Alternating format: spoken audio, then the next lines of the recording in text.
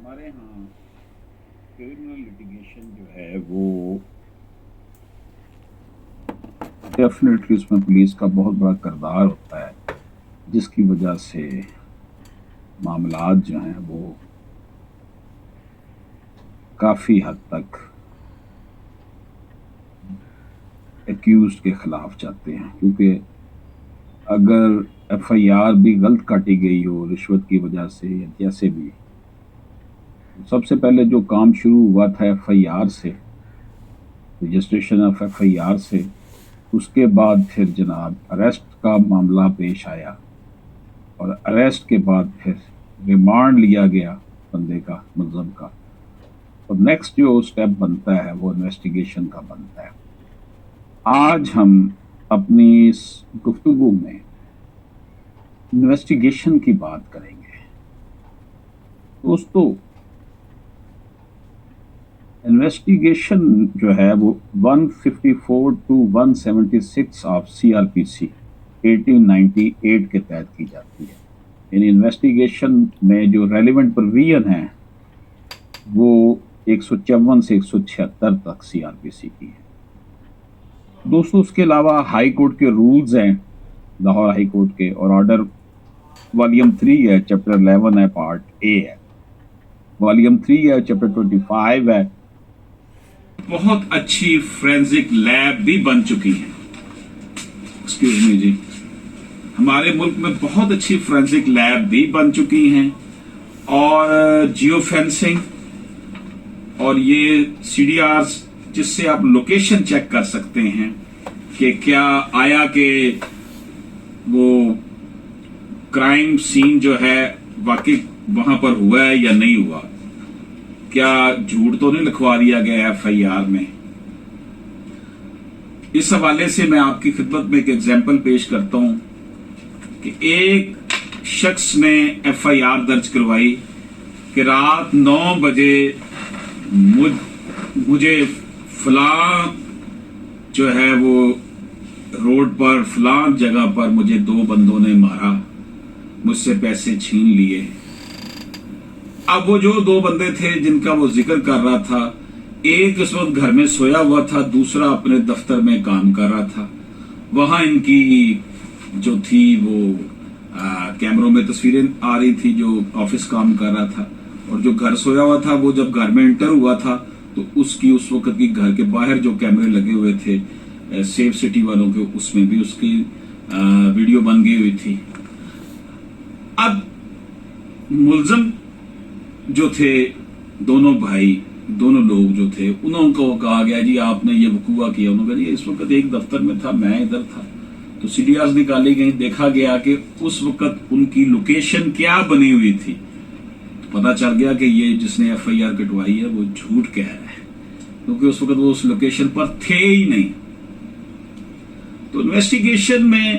اصل میں ایویڈنس اکٹھے کرنے ہوتے ہیں، جیسے میں آپ کی خدمت میں یہ پیش کر رہا ہوں 2015 پی سی آر ایل جے 1551 کہ انویسٹیگیشن بیسیکلی ہیلپ کرتی ہے تمام پروسیجر کو اڈاپٹ کرتے ہوئے سی آر پی سی کے، کہ جناب طے تک پہنچا جائے، اور جو رپورٹ وہ سبمٹ کرتی ہے کورٹ کے سامنے وہ 173 کی رپورٹ ہوتی ہے، 173 سی آر پی سی کے تحت ایک رپورٹ بنا کر بھیجتی ہے کہ جناب یہ معاملہ ہے، ہم نے تفتیش کر کے دیکھ لیا۔ اب جج صاحب نے خود تو جانا نہیں ہے تفتیش کرنے کے لیے، انویسٹیگیشن کرنے کے لیے، اس کے لیے ظاہر ایک ایجنسی ہے جو کہ پولیس ہے۔ پولیس کے بھی 2 شعبہ جات ہیں، ایک آپریشن ہے جو ایف آئی آر درج کرتا ہے، اور ایک انویسٹیگیشن ہے جو کہ انویسٹیگیٹ کر کے